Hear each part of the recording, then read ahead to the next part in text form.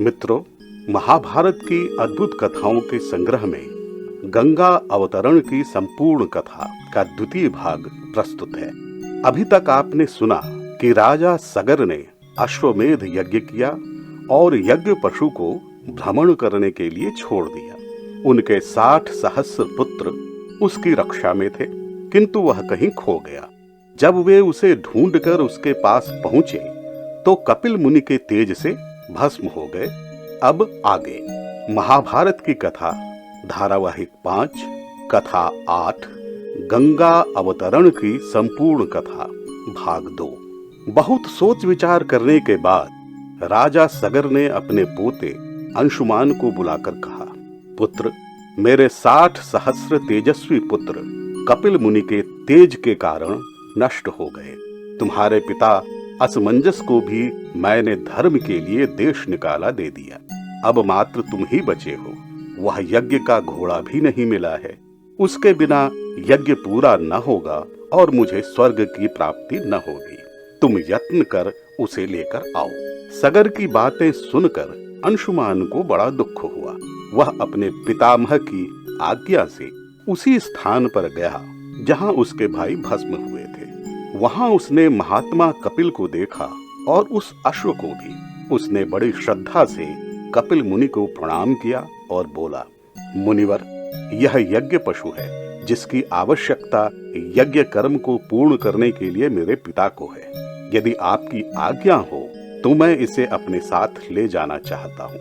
अंशुमान की इस प्रकार की बातें और मन की शुद्धता को देखकर कपिल मुनि ने कहा, वत्स, मैं तुम्हारे व्यवहार से अति प्रसन्न हूँ। तुम इसे ले जा सकते हो, साथ ही एक वर भी मांग लो। अंशुमान ने कहा, मेरे पितरों को पवित्र करने का वर मुझे प्रदान करे मुनिवर। कपिल मुनि बोले, तुम्हारा कल्याण हो पुत्र, तुम्हें यह वर प्रदान करता हूँ।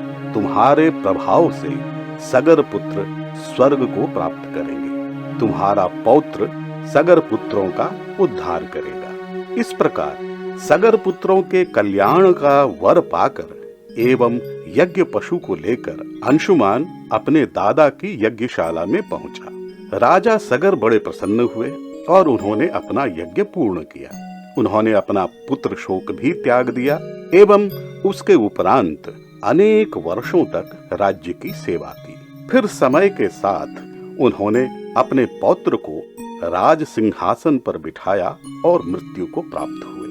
अंशुमान अपने पितामह के समान ही बड़े प्रजापालक बने।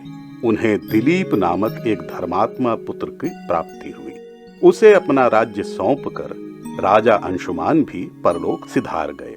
दिलीप को जब अपने पितरों के विनाश की बात पता चली तो उन्हें बड़ा दुख हुआ। उन्होंने उनके उद्धार के अनेक प्रयास किए। गंगा जी को लाने का भी प्रयास किया, किंतु उनके सभी प्रयास व्यर्थ हो गए।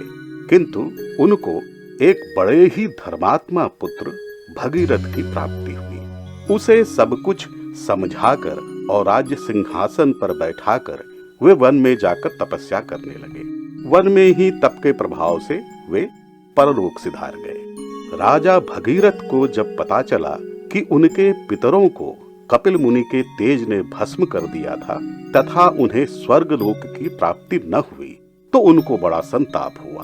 उन्होंने निश्चय किया कि वे अपने पितरों का कल्याण अवश्य करेंगे। इसी उद्देश्य को लेकर वे अपना राज्य मंत्रियों को सौंपकर हिमालय पर्वत पर जाकर तप करने लगे।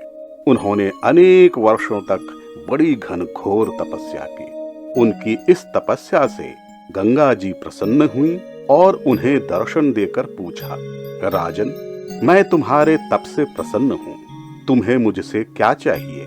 भगीरथ ने कहा, हे वरदायिनी, मेरे पितृगण राजा सगर के 60 सहस्र पुत्र महात्मा कपिल के तेज से भस्म हो गए और यमलोक चले गए। उनका उद्धार तब तक नहीं हो सकता जब तक आपके पुनीत जल से उनका अभिषेक न होगा। उनको मुक्ति न मिल पाएगी। मैं आपसे प्रार्थना करता हूँ कि आप सगर पुत्रों का उद्धार करें। तब गंगा जी ने कहा, राजन, मैं अवश्य धरती पर आऊंगी, किंतु जब मैं आकाश से पृथ्वी पर गिरूंगी तो मेरा वेग इतना अधिक होगा कि उसे सहन करना दुष्कर होगा। तीनों लोकों में ऐसा कोई नहीं जो मुझे धारण कर सके।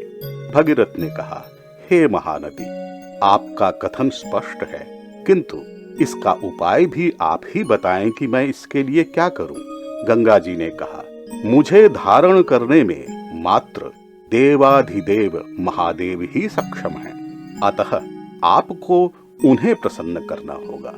यदि वे मुझे धारण कर लेंगे तो कोई हानि ना होगी और आपके पितरों का कल्याण भी हो जाएगा।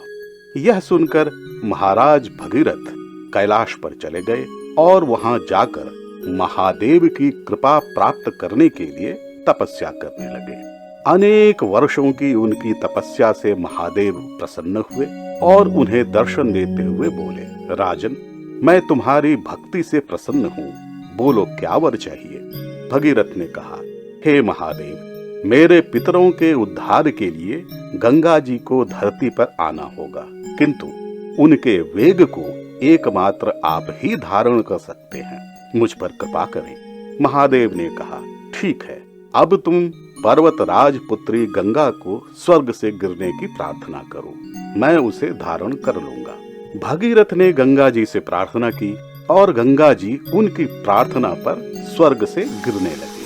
भगवान शंकर ने उन्हें अपनी जटाओं में धारण कर लिया। वह अनुपम दृश्य था। उसे देखने के लिए समस्त देवतागण, महर्षि, यक्ष, गंधर्व आदि सभी एकत्रित हो गए। गंगा जी स्वच्छ मोतियों की माला की भांति भगवान शंकर के माथे पर सज गई। उसके उपरांत उन्होंने भगीरथ से पूछा, राजन, मैं तुम्हारे लिए ही पृथ्वी पर उतरी हूँ, अब बताओ मुझे किस मार्ग से होकर चलना है। भगीरथ ने कहा, हे पावन गंगे, चलिए मैं आपको उस स्थल पर लेकर चलता हूँ जहाँ मेरे पितरों का विनाश हुआ था। ऐसा कहकर भगीरथ श्री गंगा जी को उस स्थल पर ले गए। कुछ ही समय में पूरा समुद्र जलमग्न हो गया। भगीरथ ने गंगा जी के जल से अपने पितरों को जलांजलि दी और गंगा जी को अपनी पुत्री मान लिया। देवता गण भी इसी क्षण की प्रतीक्षा कर रहे थे कि कब समुद्र पुनः जलयुक्त